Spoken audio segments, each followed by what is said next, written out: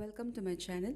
ஜவ்வரிசியும் ஃப்ரூட்ஸையும் வச்சு ஒரு சிம்பிள் பாயசத்துக்கு 1/2 கப் ஜவ்வரிசி, ஒரு பெரிய கிளாஸ் நிறையா தண்ணி சேர்க்காத காய்ச்சின பால், ஒரு மீடியம் சைஸ் நல்ல பழுத்த மாம்பழம், அது போக செவ்வாழை பழம், அது நல்லா பழுத்திருக்கணும். ஏன் செவ்வாழை அப்படின்னா அதோட ஸ்மெல் வந்து ரொம்ப எக்ஸ்ட்ராடினரியாக இருக்கும். அது போக 5 ஏலக்காய். அந்த கப் அளவில் 2.25 கப் நாட்டு சர்க்கரை யூஸ் பண்ணியிருக்கேன். ஜவ்வரிசி வேக போடுறதுக்கு ஒரு பெரிய கிளாஸ் நிறையா 3 கப்ஸ் தண்ணி சேர்த்துக்கலாம். அது கூட கொஞ்சமாக கல் உப்பு. எந்த ஸ்வீட் பண்ணாலும் 2 கல் உப்பு சேர்த்தோன்னா அந்த ஸ்வீட்னஸ் வந்து நல்லா எடுத்து கொடுக்கும்.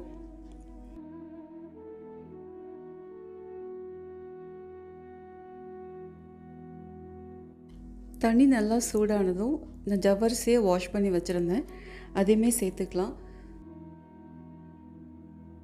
ஜவ்வரிசி வெந்துட்டுருக்கிற அந்த மீன் டைமில் கட் பண்ணி வச்சுருக்கிற மாம்பழத்தையும் வாழைப்பழத்தையும் நெய்யில் நல்லா வதக்கி எடுத்துக்கலாம். ஸோ இப்படி பண்ணுறப்போ டேஸ்ட் இன்னும் கொஞ்சம் நல்லாயிருக்கும். நம்ம ராவாக சேர்க்குறத விட வதக்கி சேர்க்குறப்ப சீக்கிரம் கெட்டு போகாமையும் இருக்கும். ஸோ ஃப்ரூட்ஸையுமே ரொம்ப அடிக்கடி கரண்டி போட்டு கிண்டாமல் லைட்டாக அடிப்பிடிக்கிற மாதிரி இருந்தாலோ இல்லை வந்து எல்லா பக்கமும் வேகணுன்றதுனால லைட்டாக திருப்பி விட்டால் போதும். நம்ம ரொம்ப கிளறினோன்னா சீக்கிரமே அதை வந்து ஸ்மாஷ் ஆகிடும்.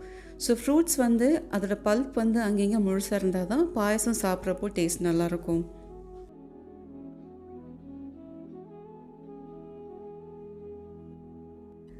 ஃப்ரூட்ஸ் வெந்துருச்சு, நான் ஸ்டவ் ஆஃப் பண்ணிக்கிறேன்.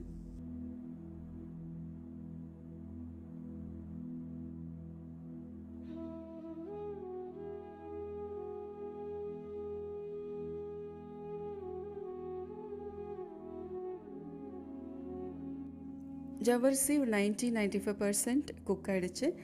ஸ்மாஷ் பண்ண வரும், பட் பாயசம் குடிக்கிறப்போ மைல்ட் சூவினஸ் இருக்கும். இந்த பதம் வேண்டாம் அப்படின்னா ஒரு 100% ஃபுல் பாயில் பண்ணிவிட்டு நல்லா ஸ்மூத்தானதுக்கப்புறமா மற்ற இன்க்ரீடியன்ஸ் சேர்த்து குக் பண்ணிக்கலாம். நார்மல் சுகரை விட நாட்டு சர்க்கரையோ இல்லை கருப்பட்டி, மண்டவெல்லம், இது 3ல் எது சேர்த்து பண்ணாலுமே இந்த பாயசத்துக்கு டேஸ்ட் நல்லாயிருக்கும்.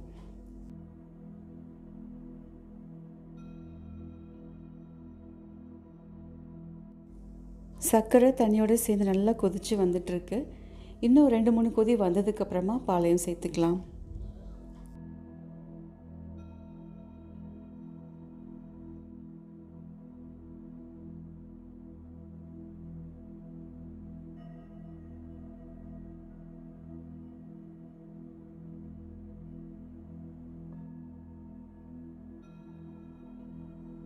காய்ச்சி வச்சுருக்கிற பால் சேர்க்குறேன். நான் பால் சேர்த்துட்டு கொதிக்க விடலை, நான் ஸ்டவ் ஆஃப் பண்ணிக்கிறேன். மாம்பழம் வாழைப்பழத்தோட கொஞ்சம் பலாப்பழம் சேர்த்து செஞ்சால் டேஸ்ட் இன்னும் ரிச்சாக இருக்கும். அதே மாதிரி லாஸ்ட் ஸ்டெப்பாக ஸ்டவ் ஆஃப் பண்ணிவிட்டு பாலில் ஊற வச்சு 2 பிஞ்ச் குங்குமப்பூ, நெய்யில் வறுத்த கேஷ்யூ நட்ஸ், அது வீட்டில் இருந்ததுன்னா அதையும் சேர்த்துக்கலாம். டேஸ்ட் இன்னும் கொஞ்சம் ஹைலைட்டடாக இருக்கும்.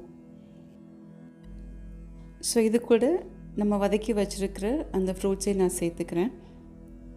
ஃப்ரூட்ஸ் எல்லாம் சேர்த்து நல்லா மிக்ஸ் பண்ணதுக்கப்புறமா ஷாப்பில் விற்கிற அந்த டூட்டி ஃப்ரூட்டி கலர்ஃபுல் ஃப்ரூட்ஸ், அது ஒரு 2 ஸ்பூன்ஸ் நம்ம பாயசத்தோடு மிக்ஸ் பண்ணிவிட்டு நம்ம சர்வ் பண்ணோன்னா சாப்பிட்றப்போ இடையில அந்த ஹார்ட் ஃப்ரூட்டோட பைட் வந்து நல்லாயிருக்கும்.